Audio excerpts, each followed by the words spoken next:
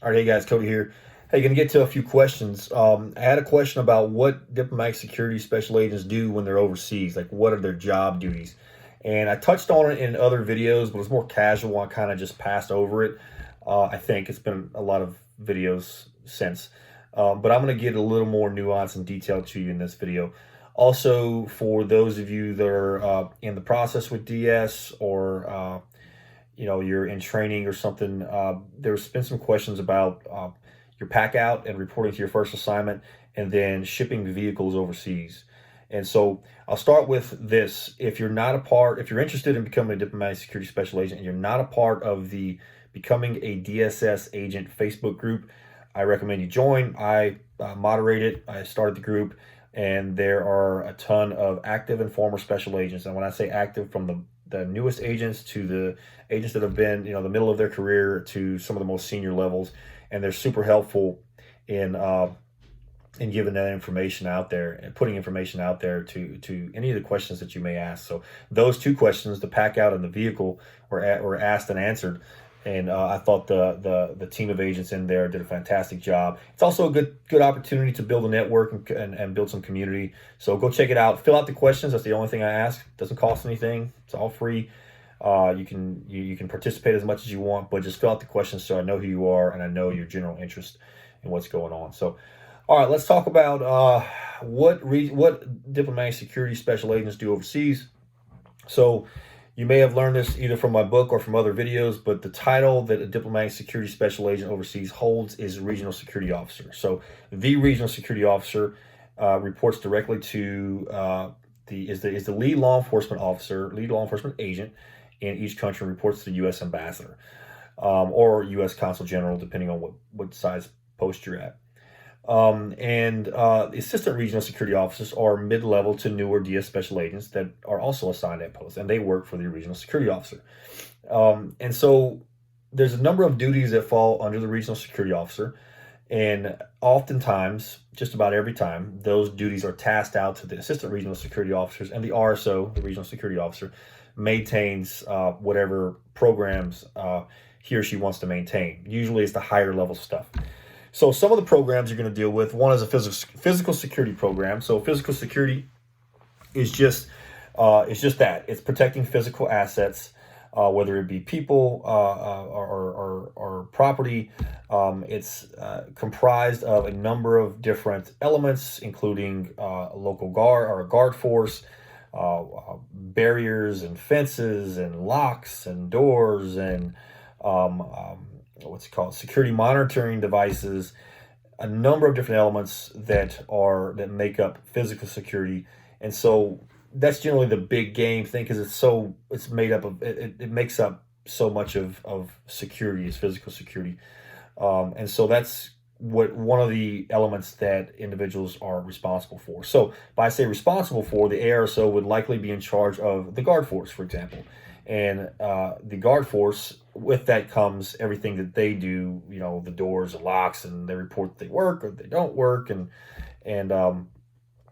barriers and fences, and improving security or finding ways, to mitigate security issues. There's a number of things that are involved in physical security. So that's one of the programs. Technical security. So the technical security program is technically managed by a security engineering officer who has a team of security technical specialists, or CBs.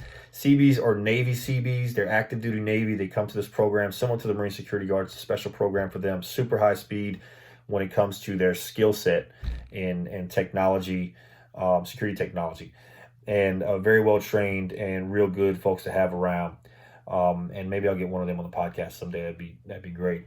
The security engineering officer, however, reports to the regional security officer. So the regional security officer has the team, and the security engineering officer is just one branch of that team.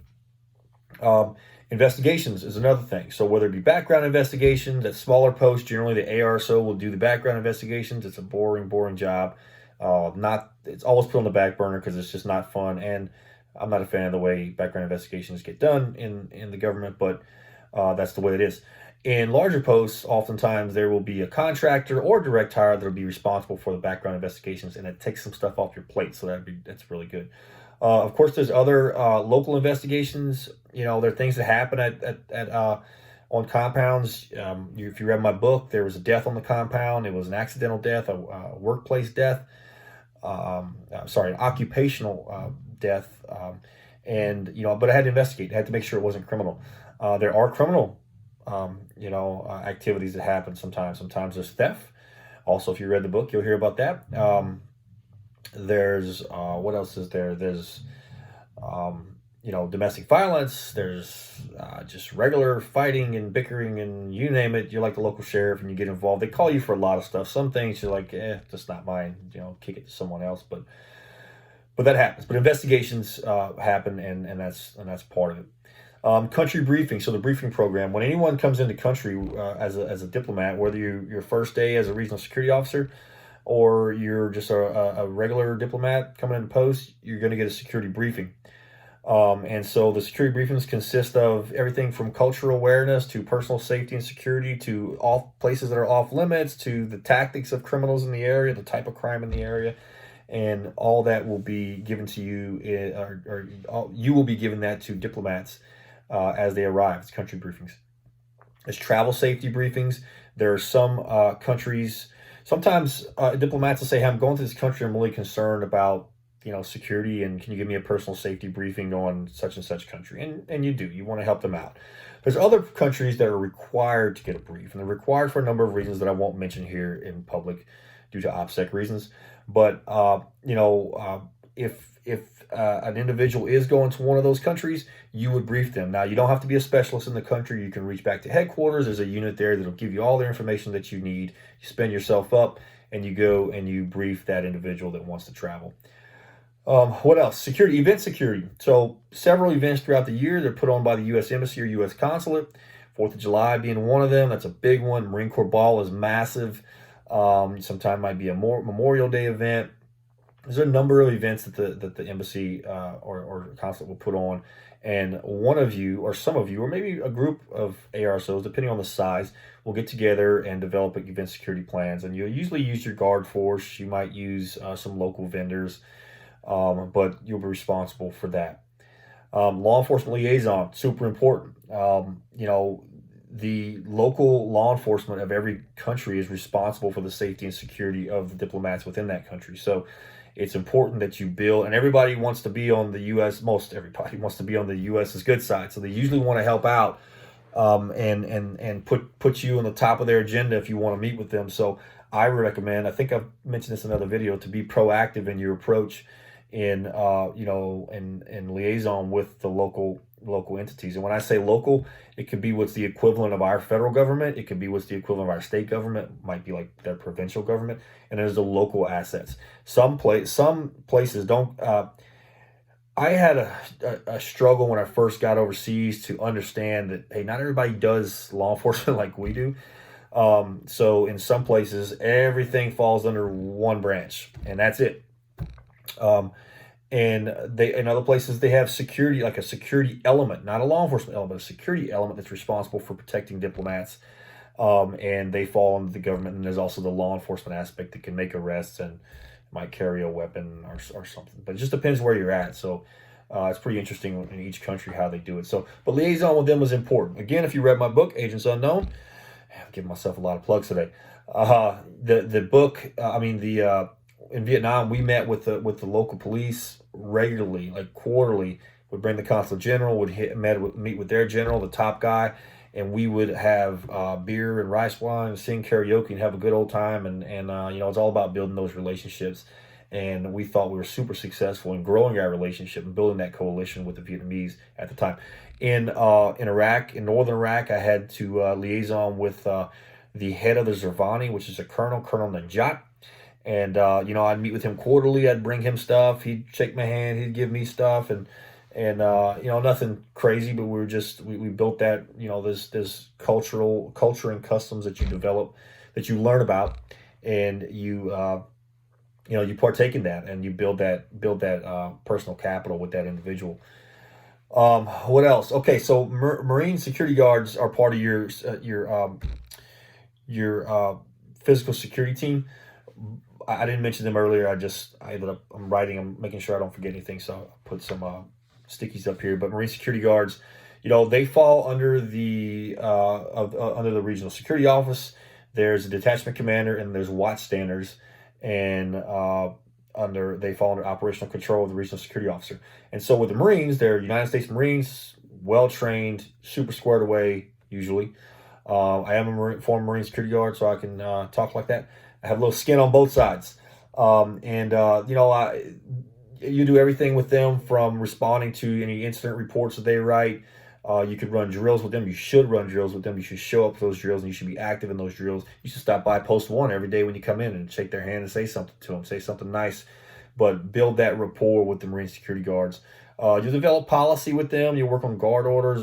We had to write, when I brought in the detachment in Vietnam, we had to develop policy. We developed full policies and procedures and standards and reactionary plans. And fortunately, the deck commander was I think he had some basic template from other posts and that he got from some of his buddies, and then we added our own flavor to it because it was Vietnam. You have to manipulate those to your specific post. So the Marine Security Guard detachment will fall under an assistant regional security officer. Technically, however, the regional security the detachment commander reports to the RSO, not to the ARSO.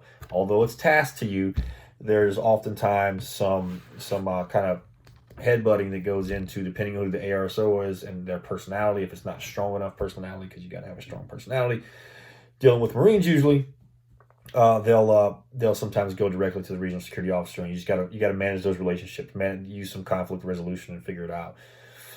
So anyway, that's most of it. I just jotted a few things down, and also as issues that just come up, random issues that you help out with, and people look to you that's another crisis management, emergency management. We're all over that. That's us. That's the regional security officers game. You develop the emergency action plan. You serve as deputy chair on the emergency action committees, and so you deal with these types of issues. If you got to evacuate, who do you think they're going to look to? They're going to look to the regional security officer. So any type of issue or crisis that there might be, some type of, whether it's hostility or nervousness around the compound involved, they see generally the regional security officer as kind of the protector and the team that protects, because that's what they do. So I hope that cleared it up. If there's any questions, hit me up, info@codyperron.com, and I'll respond to you. You can hit me up on YouTube as well. I sometimes struggle with getting to those, but feel free to put your questions down. So the other questions were arriving at your first assignment and pack out. And this is mostly, if you're not currently in the pipeline, you might not want to watch the rest of this, but this is for DS agents or future DS agents that are in the pipeline. Generally, you'll get your assignment before you go to FLETC and Federal Law Enforcement Training Center. So you'll have your orientation or whatever at the State Department. Then you go for 3 months or so down at the Federal Law Enforcement Training Center and do the Criminal Investigations Training Program, CITP. And during that time, at some point, you'll communicate with your future bosses, your future supervisors at post, and they may reach out to you, I forget, or you reach out to them. You'll get a POC, you'll figure all that out, but they'll generally give you some time to get everything squared away. Like, you graduate, you might get a week or 2 weeks. You can be super eager. Maybe you're from New York, you got assigned to New York, you already have an apartment, you just go to work second, third day, whatever. If you're moving from South Dakota to Houston, they should be pretty reasonable, and they allow you to do it. And so someone mentioned that they should pack out before training. I wouldn't pack out. I mean, I think he was leaving his wife back home in Houston or something. It's like, no, leave, you'll have time to pack out. You can start the logistics, the planning of it, when you're going to do it, how you're going to do it, your timeline and all that. But I wouldn't leave any family members like all packed out and just sit and wait. They will give you time. Once you're in, and they're pretty reasonable. They're always reasonable, but I mean, even more so because you're part of the team, and generally leaders, hopefully they're good leaders, good supervisors, want to provide you that time so you can get your family life squared away. So I wouldn't sweat it. Communicate to your to your supervisors, let them know what you need, what kind of time you need. Don't take advantage of it. Don't say I need a month and I need 6 weeks. I don't think that's reasonable, but anything reasonable, you should be good to go. Shipping a vehicle. So you're going to be allowed to ship one vehicle per family. I believe that's the rule. There are size limitations to the vehicles that State Department has to ship. There are also size limitations in some countries. They won't allow certain vehicles. There are also other rules in some countries where you can't ship a vehicle over 10 years or over 5 years or something like that. So just consider that when you're going to your assignments overseas. I never shipped a vehicle. A lot of times I had a motorbike in Vietnam because everybody drove motorbikes. So not a motorcycle, a motorbike. A big dude on a small motorbike. It was pretty funny. But yeah, it was a good time. So, but a lot of times what you'll do is you'll get these vehicles, people will ship their vehicle out or they'll buy one on the local market. You can do that as well. And they will provide a family that's leaving will offer this vehicle to another family to buy it for hopefully a reasonable price, and you'll just buy that vehicle. A personal recommendation I have that I heard from others and I agree with is probably want to get a foreign vehicle. Toyotas are usually pretty good because Toyotas are all over the world and there's parts for them all over the world, and they're easier to fix and find parts when you're in somewhere in Africa or somewhere in Asia or wherever. If you get a GM or something like that, that's fine, but you're likely the parts are going to be more expensive to procure, and it's going to take much more time. And I don't think a lot of these places just have experience with specifically American vehicles, but Toyotas have always been pretty good vehicles to ship. So just consider that when you go overseas. But in general, like I said, you get one vehicle. I always recommend SUVs if you have a family. So I think trucks are usually too big, they're too long. So SUV, got a family, just you and a spouse, then you can ship a Jeep. That's cool. I don't know if they have the parts, but you do what you got to do. So I think that's it. It's been a while since I had a video, put a video up, and send me questions if you got them. Again, post them here, send them to my Instagram or info@codyperron.com. Speaking of Instagram, I have social media. Instagram is where I'm the most active. It is _Inc. And that's where I post the most stuff. I do everything from talking about DS to security scenarios. If you're like, what would you do if you were in this scenario? Personal safety tips, a number of different things. So, go check it out. Pass on to your friends if anyone's interested. And we'll go from there. It's also a Facebook group. We talked about becoming a DSS agent. Remember to fill out the questions. Check that out. All this started because I wrote a book. I talked about it a couple times in this video. It's called Agents Unknown, True Stories of Life as a Special Agent in the Diplomatic Security Service. It's sitting at nearly 130 reviews. I think we're at 126, 127, 4- and 5-star reviews. It's on Amazon. There's a paperback version. I have a Kindle version, and there is an audio version. And I read it as the audio version. If you like my voice, you might like it, but I'm not as entertaining because it's the first time ever doing it. So that one has a little lower review, still 4.5, so that's good. I'm thankful for those reviews. But just use caution when you go there if you don't want to hear me speaking in a monotone voice. You can get the paperback directly from me at codyperron.com/shop. And in that case, I think with the shipping, it comes out to about the same amount of Amazon. But it comes directly from me, and I have a small side business. This is what this is. What I've started. Initially, I didn't do that, but and so if you want to buy it from me, I also personalize it. I've been really thankful for the support. People are asking me to sign it or write a letter to their young son who's an aspiring DS agent. And man, I'm happy to do all that. I think that's great. So what you can do is order it, and in the info when you submit it, just write, hey, can you write this, or can you write a note, or can you sign it, or something like that. And I'm always flattered. I'm just some Joe, wrote a book barely, and I'm happy to sign the book. I have podcasts. It's been a little slow lately, just because it's the end of the year. It's the holidays, but it's called the Off the X podcast, where I interview individuals that are associated with DS, primarily former diplomatic security special agents. We have some former security contractors. I'm going to do Marine security guards. I talked earlier about getting a CB on. I think that would be great. And it's really about global security operations and what we do overseas. And even if you're not interested in being a diplomatic security special agent, or you just want to be a diplomat, it's really cool to hear the stories of people overseas living through civil wars, civil unrest, evacuations. I got guys that talked about the attack on Benghazi. You name it. There's a number of guests. It's just me doing it. I'm not a professional podcaster, but I think it comes out pretty good. So go check it out. It's on Apple. It's on Google Podcasts. It's on Spotify. And so you can check it out there.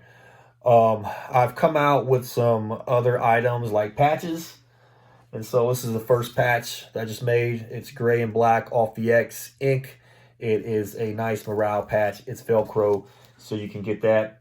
I've come out with a couple different shirts. I'm on my third design right now, but I got this one is the high threat protection. This is the most popular. I'm almost out of these shirts on the second round already. It's high threat protection, getting you off the X.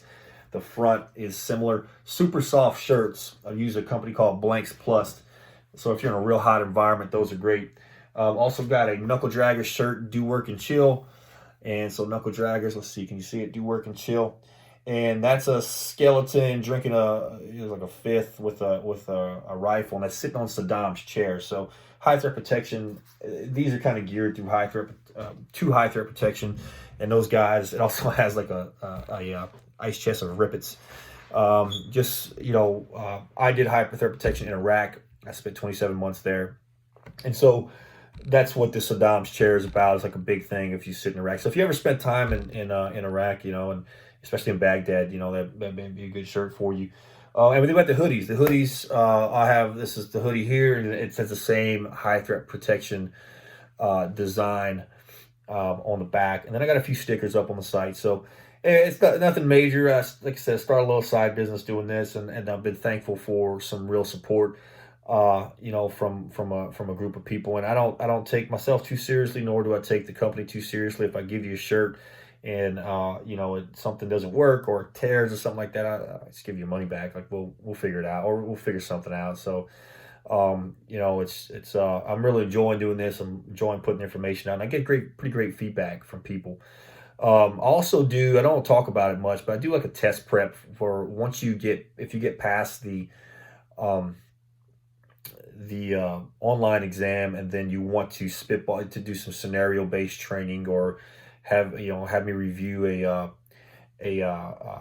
writing sample or something like that. I'm happy to do that. So just ping me, if you're going in that direction, and we can discuss it. I can tell you what I can provide. I don't have the answers. I don't know the answers, but I have helped people succeed in that area just because I know what we're looking for. I know what DS agents are looking for. So website is codyperron.com, CODYPERRON.com. You can get all the gear by adding a / I think it's a / and shop to it. So that's all I have. Thanks for all the support. And if you have any questions, send them. Thanks, y'all. Out.